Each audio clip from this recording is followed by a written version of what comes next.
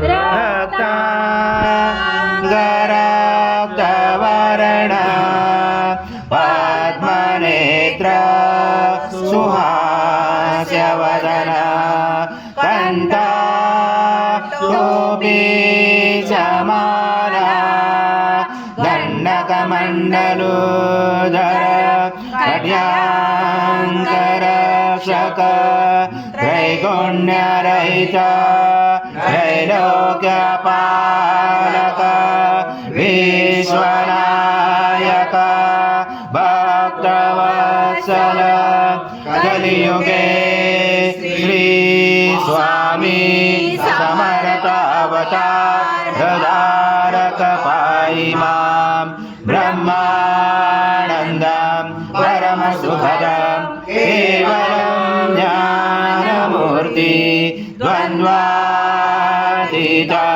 गगनसदृशं तत्त्वमस्यादिलक्ष्यम् एकं नित्यं विमलमचलं सर्वदी साक्षिभूतं भावातीतं त्रिगुणरहितं सद्गुरुं तं नमामि गुरुर्ब्रह्मा गुरुर्विष्णु गुरुर्देवो महेश्वरा गुरुर्साक्षात् परब्रह्म तस्मै श्री गुरवे नमः।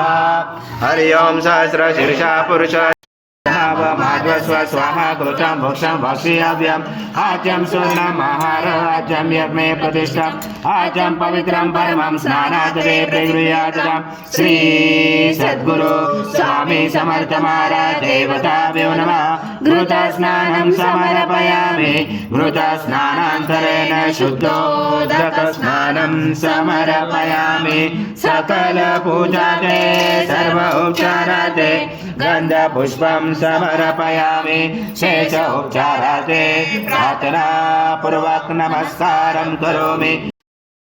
सं विष्णु सं रुद्र सं इंद्र सं अग्नि सं वायु सं सूर्य सं चंद्रमा सं ब्रह्म पूर्वस्वरं गणादिपूर्वमुच्चार गणादि तदनन्तरम् अनुस्वार परतरादितं तारेण रुचितम् एतत्त्वमनुस्वरूपं गकारो पूर्वरूपम् अकारो मध्यमरूपम् अनुस्वार शान्तरूपं बिन्दुरुजरूपं नाद सञ्जानं सहिता सञ्जी सहिता गणेश विद्या गणकरुषेण चोद्गायत्री छन्दा गणपति जय बदा ओम गणपतये नमः।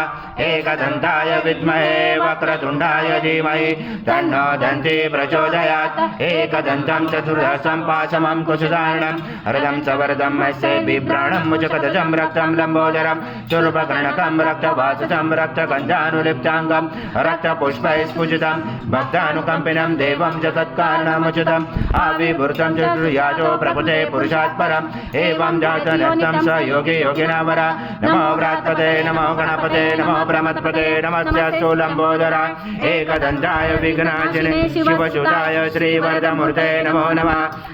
ब्रह्माय विद्महे परमहंसाय धीमहि तन्नः स्वामी प्रचोदयात्। श्री सद्गुरु स्वामी समर्थ महाराज देवताभ्यो नमः। मंत्र पुष्पांजलि समर्पयामि। सद्गुरु स्वामी समर्थ महाराज देवताभ्यो नमः। प्रार्थना पूर्वक नमस्कारं करोमि। हरि ओम तत्सत् हरि ओम तत्सत् हरि ओम तत्सत्।